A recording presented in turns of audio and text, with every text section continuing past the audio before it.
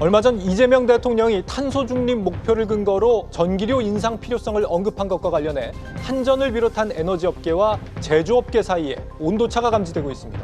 재생에너지와 ESS 분야에서는 수요 확대를 기대하는 반면 철강과 반도체 같은 분야에서는 산업용 전기료가 이미 3년간 70% 넘게 올랐다며 추가 타격을 우려하고 있습니다. 특히 탄소 배출을 줄이기 위해 전기료 방식을 도입한 현대제철이 오히려 더 큰 비용을 부담해야 하는 역설적인 상황이 연출되고 있습니다. 산업부 배창학 기자와 알아보겠습니다.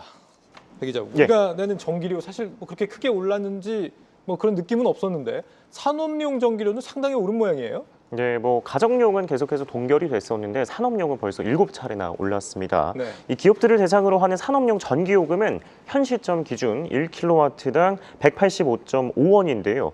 지난 2022년에 전기료가 105.5원이었던 점을 감안한다고 하면 불과 3년 만에 가격이 76%나 급등했습니다. 올해 들어서 이 두 개 분기 연속으로 동결은 됐는데 이전에 이제 7차례나 인상되면서 값이 뛰었는데요. 특히 지난해 10월에는 대기업 대상 요금이 10% 넘게 올랐습니다. 전기는 크게 가정용과 산업용으로 나뉘는데 정부가 가정용은 동결하고 산업용만 인상하는 것은 전체 사용량에서 차지하는 비중이 크기 때문인데요. 실제로 산업용 고객 수는 전체 1.7%밖에 되지 않습니다. 그런데 사용량을 보면요, 53% 수준으로 절반이 넘는 규모입니다.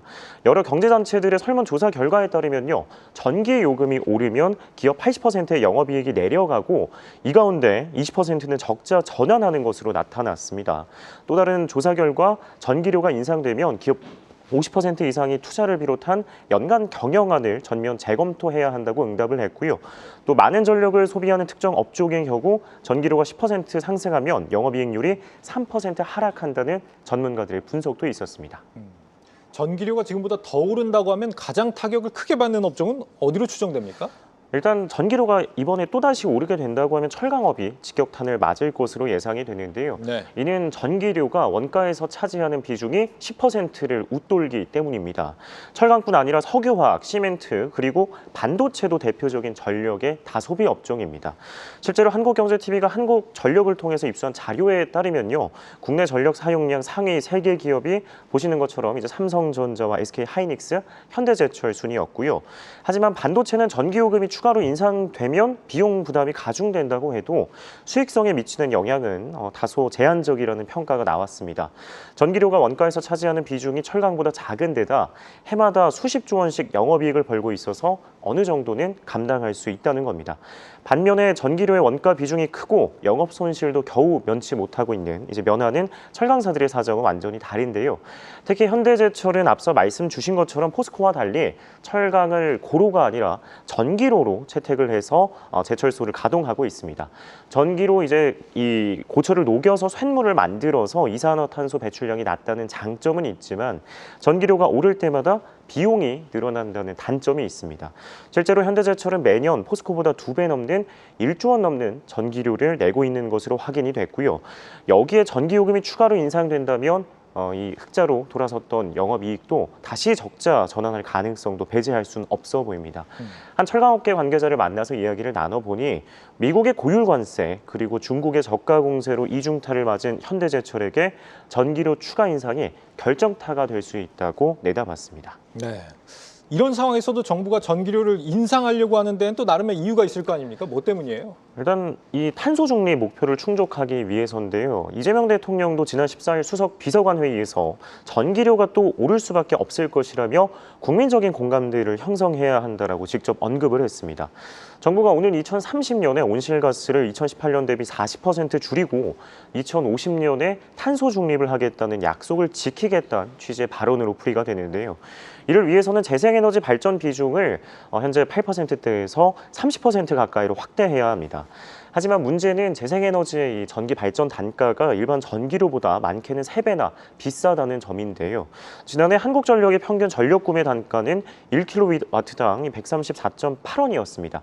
그런데 재생에너지인 태양광은 200원대, 또 또 해상풍력은 400원대를 웃돌았습니다. 여기에 30기가와트인 발전 설비를 121.9기가와트로 4배나 확충을 해야 하고요. 또 송배전망과 개통과 체계도 새로 깔아야 하는데 수백조 원이 될 것으로 추정이 됩니다. 대규모 투자를 해야 한다는 건데 이를 위해서는 전기료에 고스란히 전가될 수밖에 없는 거고요. 그래서 정부가 전기요금 추가 인상을 국제 공약 이행을 위한 발판으로 삼은 것으로 보여지고 있습니다. 이런 탄소 중립 같은 대승적인 이유도 있지만 예. 한국전력 내부적인 이유도 있지 않습니까? 재무 상황이 어렵잖아요. 네, 계속해서 이야기가 나오고 있는데 한국전력은 이제 발전 전력의 구매부터 또 송배전망의 운영까지 전력과 관련된 모든 사업을 하고 있습니다. 때문에 재무 구조를 개선하려면 전기료 인상 말고는 뾰족한 방법이 없는데요. 올해 상반기 기준 총 부채를 보면 206조 2천억 원이었습니다.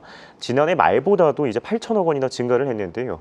같은 기간에 영업이익 약 5조 9천억 원을 거두면서 9년 만에 최대치를 기록하긴 했지만 이자로만 2조 2천억 원을 냈습니다. 수백조 원의 빚더미에서 탈출하는 동시에 이 재생에너지 확대를 위해서 수백조 원의 투자도 집행해야 하는 상황인데요. 전기료 인상 없이는 부채 문제를 해결할 수도 없고 재생에너지 발전 비중 확대도 힘겨울 것이라는 지적이 나오는 배경입니다. 그렇다고 전기료를 무작정 올려버리며 산업계도 흔들릴 수 있을 만큼 정부의 고심도 커 보이는 상황입니다. 네, 전기료 추가 인상 시 여파에 대해서 살펴봤습니다. 배창학 기자였습니다.